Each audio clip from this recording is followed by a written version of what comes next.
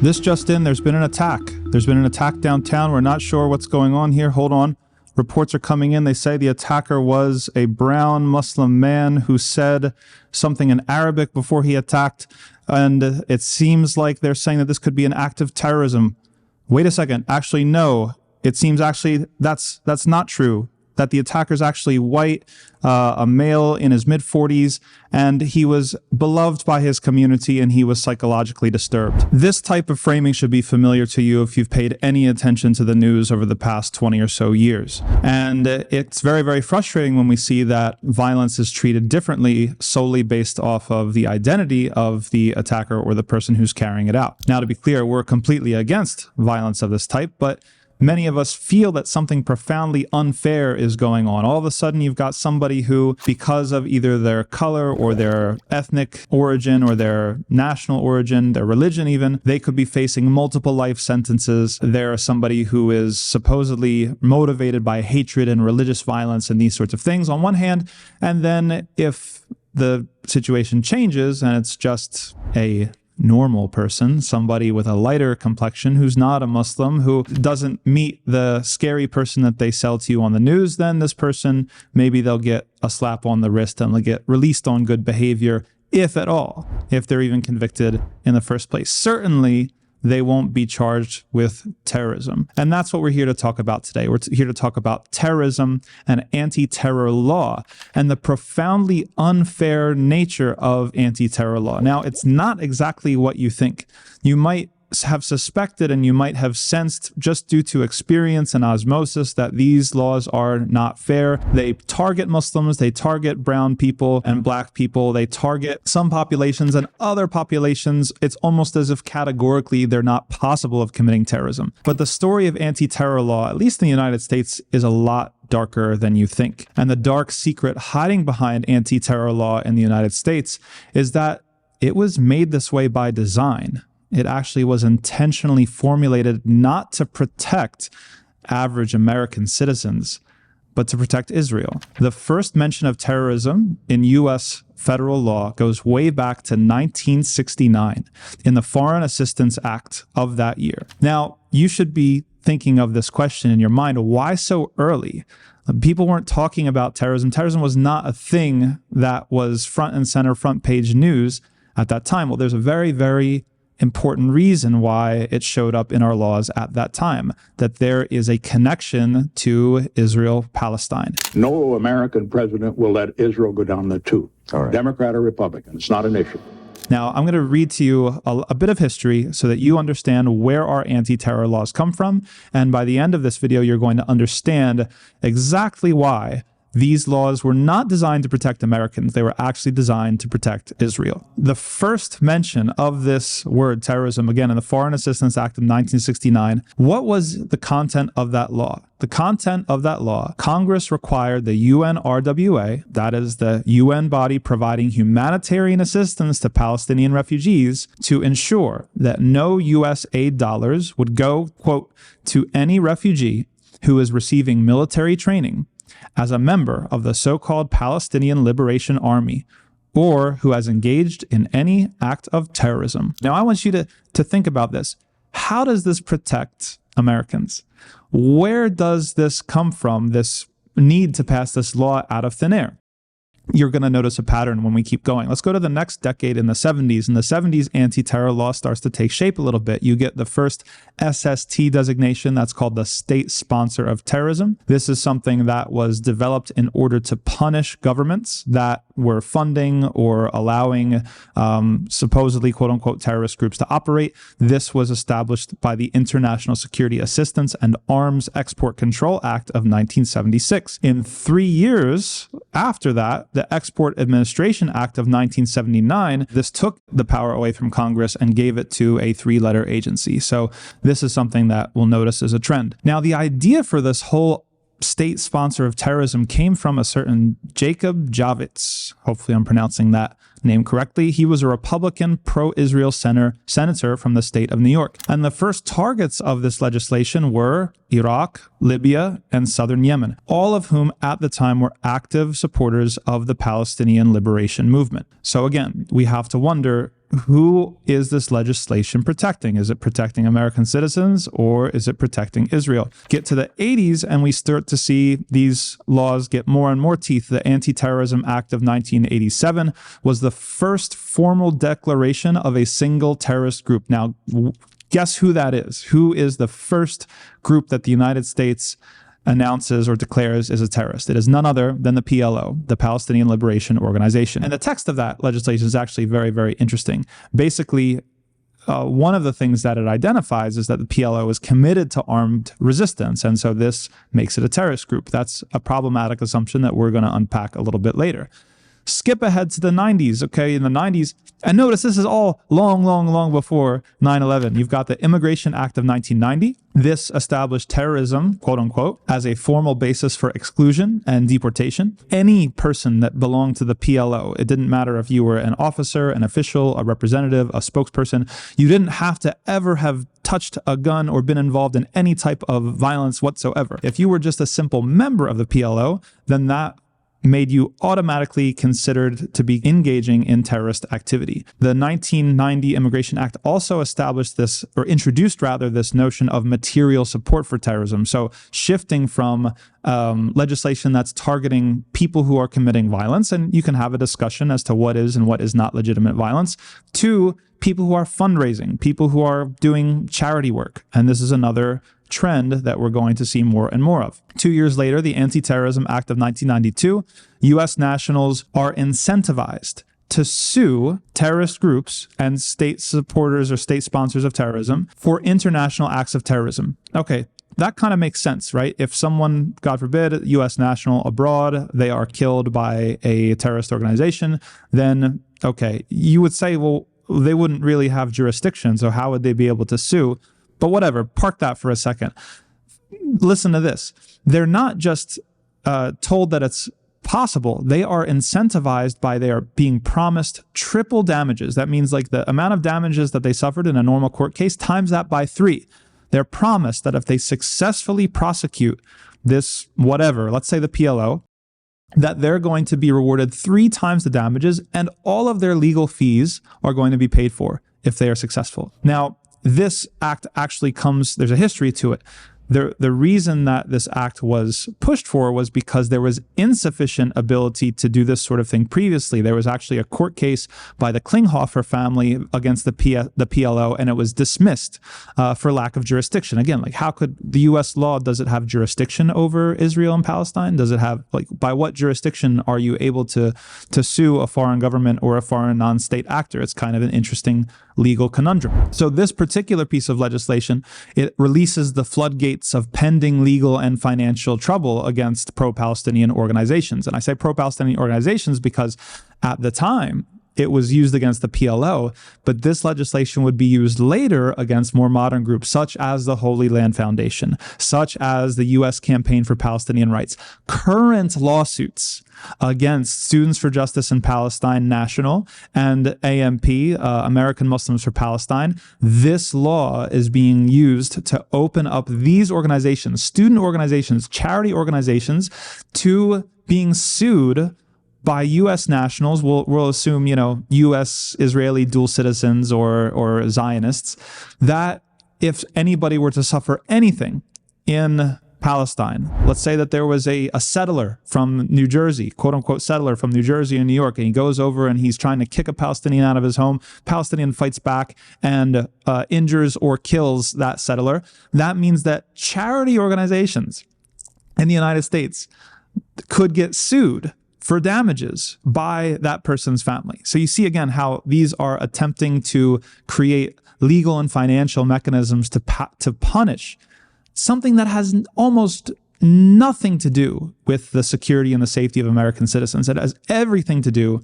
with the security of Israel and its interests and its agenda. 1995, the idea of material support gets more teeth. 1996, the Anti-Terrorism and Effective Death Penalty Act. This creates the category of the FTO, the Foreign Terrorist Organization. And crucially, the Secretary of State is empowered to decide who is and who is not a terrorist organization. So as opposed to having a congressman or a congresswoman or somebody who's an elected official, that if you disagree with their decisions that you can vote them out.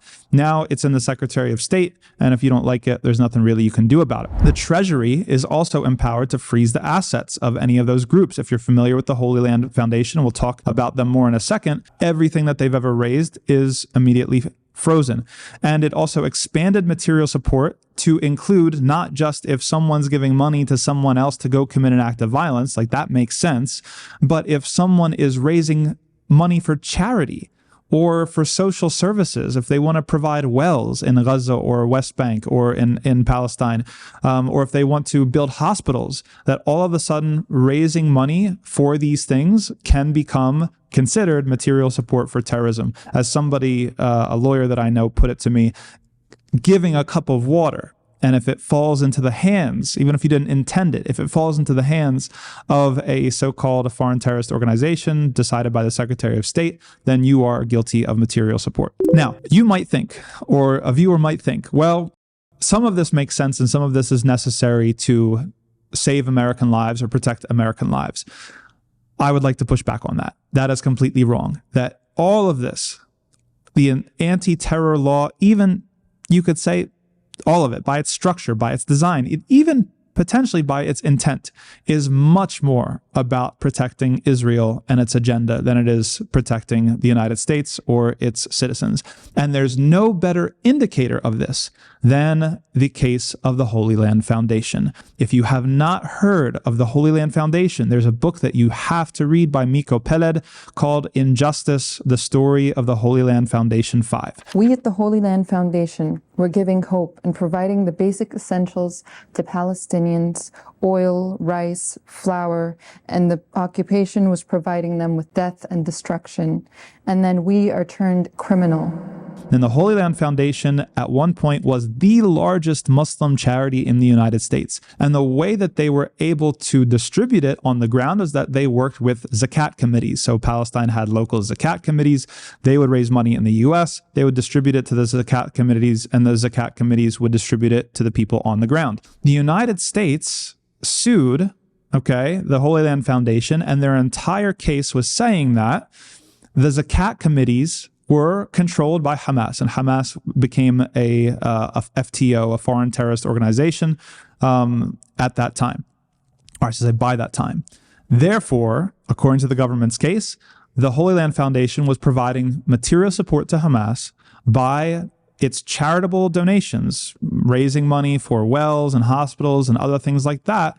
And it was falling into the hands of a terrorist organization, and therefore they were guilty of material support.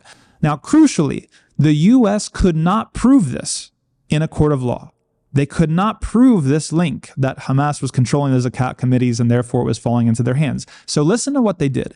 They brought in an Israeli intelligence officer to testify anonymously as an expert witness that such a link existed, that this link between Hamas and the zakat committees existed. The second time ever that a federal prosecution allowed a foreign intelligence agent to testify anonymously under a pseudonym. But what was unique even about this trial was that they were allowed to do so not as any witness, but as an expert witness. If you're familiar with the law, that this is different. An expert witness has different privileges that a normal witness doesn't have. So the intelligence officer basically, again, completely anonymous, relied upon in a very disproportionate way because they're an expert witness or considered by the court as an expert witness.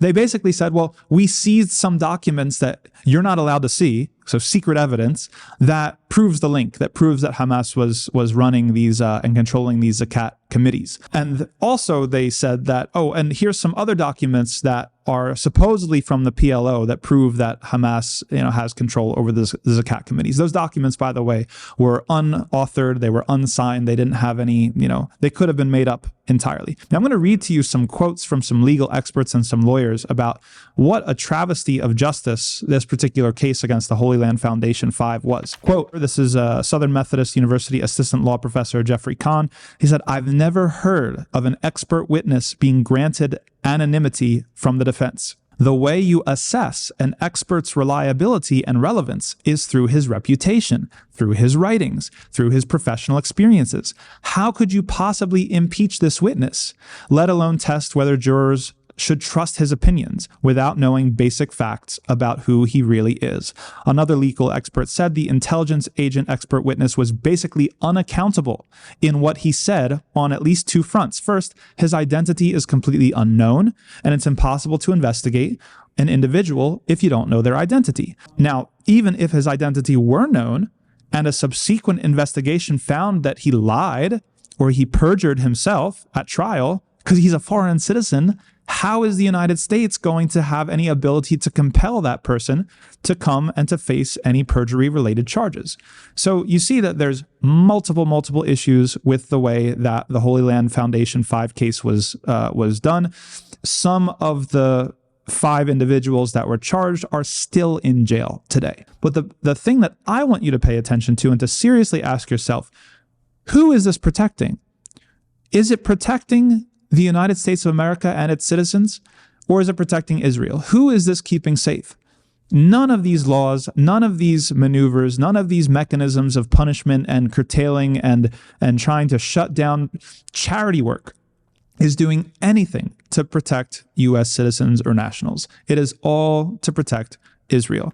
Now, what we find here is that Israel has weaponized this term terrorism. That's the point of this episode about this term terrorism, that if you look it up in the law, the definition of terrorism is extremely arbitrary. It is something that people don't use consistently, and that's where we come full circle to the beginning of the episode, that some people are capable of terrorism apparently, and some people aren't. That if you are a non-state actor, every piece of violence that you do or every act of violence that you do is considered terrorism potentially. Where if you're a state actor, even if you're the United States of America who drones weddings, that's not considered terrorism somehow because you're a state actor. So there's two rival ideas of terrorism. One is actual national security. Like there are people out there that want to commit violence, right? That you can make an argument for that. That makes sense. And so you would expect that anti-terror law would be focused on groups that actually try to engage in violence against the United States or its personnel, its property, whether at home or abroad. But that's not what anti-terror law actually does, and that's not how it actually works. In reality, anti-terror law is a tool of foreign policy, meaning it's geared at prosecuting, and I'll say persecuting, individuals connected to any organization and targeting foreign individuals and entities. How are you supposed to differentiate between a valid resistance movement and one that is actually putting U.S. lives in danger? That there's no mechanism, there's no nuance in the idea of what terrorism is at this point to differentiate between those two things. These are situations where foreign nations exploit this ambiguity. Like Israel has exploited it very efficiently, that we are not able to differentiate what's a local issue. It's a foreign issue. There's a local resistance group. It doesn't have any international ambitions. It doesn't have any ambitions upon the United States or U.S. citizens. It's a local indigenous resistance movement against their occupiers. And yes, they use military. They use military force to what extent they can because they're being occupied and they have very, very little option to do otherwise. Like that's recognized within international law.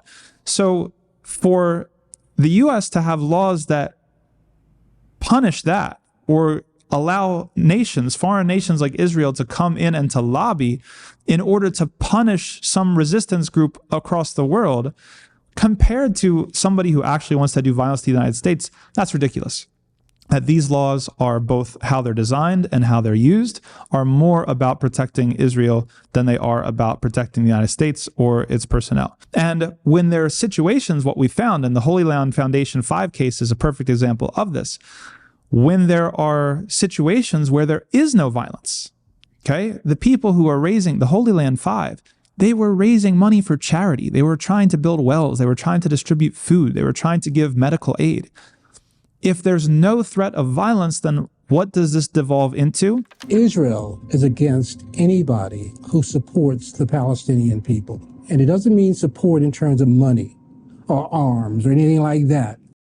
If you just say, I don't like what Israel is doing to the Palestinian people, you're an enemy to the state.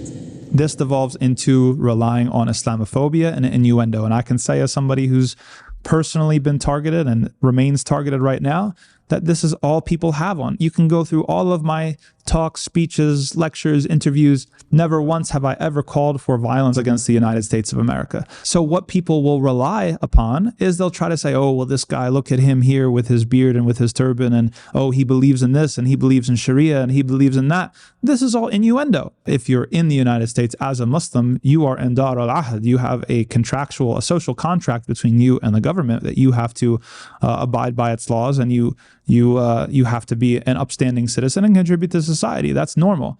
But when there are situations in which you can't prove a link, okay, these people raising money for charity, they had nothing to do, they're far away from anything funding violence or supporting violence of any type. The only thing that's going to fill the void is people trying to smear by saying that, oh, they're radical Muslims, they're radical Islamists or whatever. All right, so that's the lay of the land, and that's what we still have now. And what can we do about it? How are we going to be able to push back against this status quo? If you look at the history of anti-terror law in the United States, you notice some trends. Trend number one is the removal of accountability from who gets to make these decisions, both with the designation of SST, the state sponsor of terrorism, and of FTO, the foreign terrorist organization. They began as being in the hands of Congress. Congress are elected officials that you can vote in and you can vote out. So there's an accountability mechanism there. But when they shifted to being taken over by the secretary of this and the secretary of that and this three-letter agency and that three-letter agency, all that accountability is gone. And so one thing that we can do is to try to push for these decisions to be made by elected representatives that we can actually have some sort of accountability over. The second trend that we notice is that many of these laws got tried out on immigrants with immigration law before they migrated to deal with citizens. And that's very concerning. And the average American citizen should know that you are not safe from being targeted by these laws, right? Israel doesn't care about your rights. Israel doesn't care about your constitution and your freedoms that you have in the United States.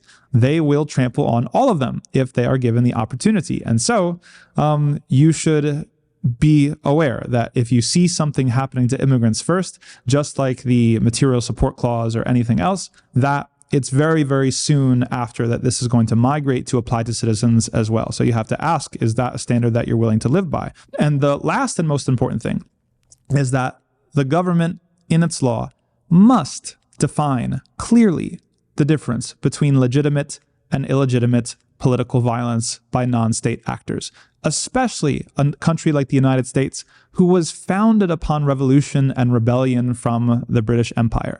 That it would be the highest level of hypocrisy to say that all violence, all political violence from non-state actors is illegitimate and is terrorism. Okay, if we can recognize that that's not true, then you have to go out and define what is legitimate and what's not legitimate. If you don't, then you're going to always have this conflation of local and national resistance movements with actual international terrorist organizations that want to do harm to American citizens like everywhere they find them. Those two things are two very, very different things, and the law should reflect that. At the end of the day, the main point here is that Israel, in particular, has exploited the U.S. political and legal system to criminalize any resistance to its own supremacist occupation, and it has done so for a very, very long time. And as people of morality and as people of conscience, that we should fight back against that, and we should organize against that to make sure that they cannot exploit that thing any longer.